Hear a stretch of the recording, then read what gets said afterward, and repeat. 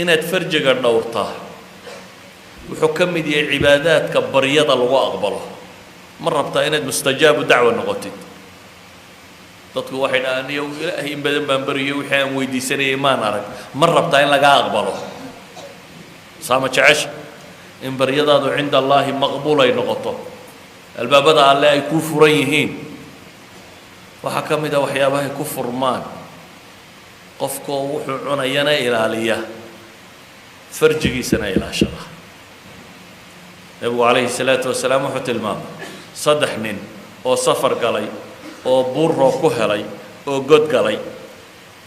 godka intii ay ku jireen buuralayda roobku markuu helo ay biyuhu shubmaan dhagxanta waaweyni way daataan qaar buu ciid yare haysuu qodaa dabeetana dhagxanta way soo dulundulcoodaan nimanku godkii ay roobka ka galeen ayuunbay dhagax ku soo dulundulcoodayo afku ka daboolay buur cidla ah god ku yaal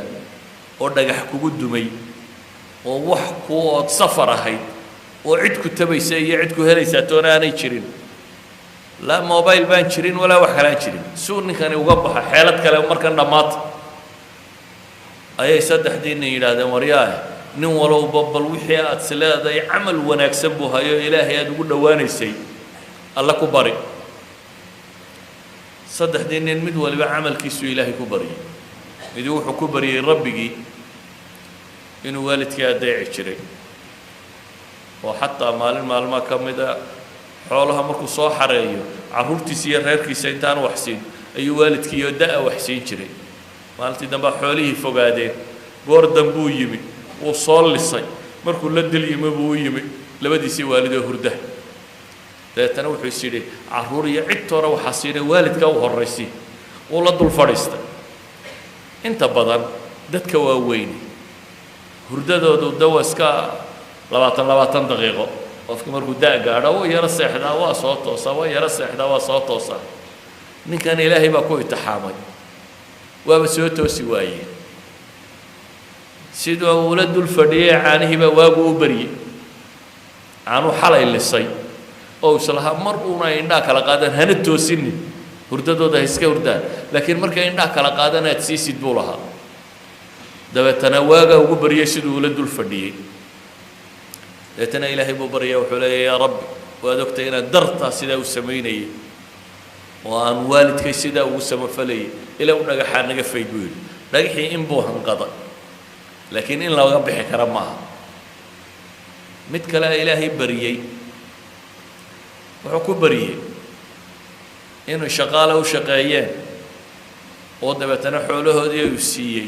oo midi uu ka tegey xoolihii uu midi qaadan waayey oo ninkii iska tegey oo beri dambe uu soo noqday oo uu yidhi warriyo xoolahayga isii wixii aan kuugu shaqeeyey isii dabeetana xoolo buur dhan daaqaya ayuu yidhi aniga halkaa daaqay oo dhan adaa le kaxayso war igu cayaarinaya intii maalintayduun aan shaqaystay intayduunu sii buu leeyahay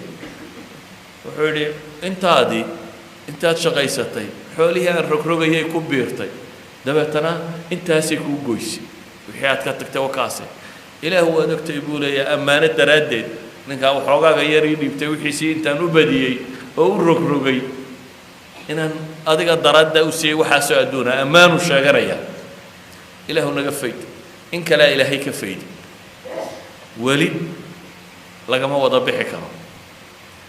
saddexduu xadiisku kala horraysiinayaaye siduu kala horreeyay baynan sheegine kanka saddexaad wuxuu sheeganayaa gabadh in adeertiiya oo uu jeclaaday inay jirtay dabeetana gabadhaa inuu isku dayay si kasta inuu ku helo way diidday gabadhii diidday oo abaari ku dhacday oo baahan baa u timi markaan abaar baa hayso waa baahatay dabeetana wuxuu yidhi isukay dhiib xoolana waan ku siinaya wuxuu u ballan qaaday inuu nuskiilo dahab u siiyey nuskiilo dahaba nuskiilo dahabi waa imisa de waa kuus dhan oo lacaga waa xoolo aada u badan nuskiilo dahaba buu siiyey inay isu dhiibto gabadhii waa hanjabtay waa iska aqbashay laakiin haddana weli ilaahay bay xasuusantahay baahina waxan way ku kaliftay iyadoo dahabkiina haysaba waxay ku tidhi waryaah war ilaahay ka boqo oo meeshaasi waxaan xalaal ahayn ha ku goyn ittaqi illaah bay ku tidhi ereygaasaa madaxiisa galay ittaqi illaah war hooy ilaahay ka cabso ayay ku tidhi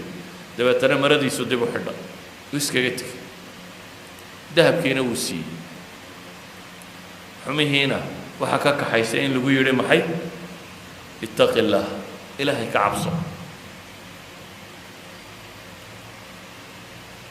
ilaahay buu baryey ilaahay camalkaasu ku baryaya ilaahu adiga daraadda inaan zinadaa uga tegay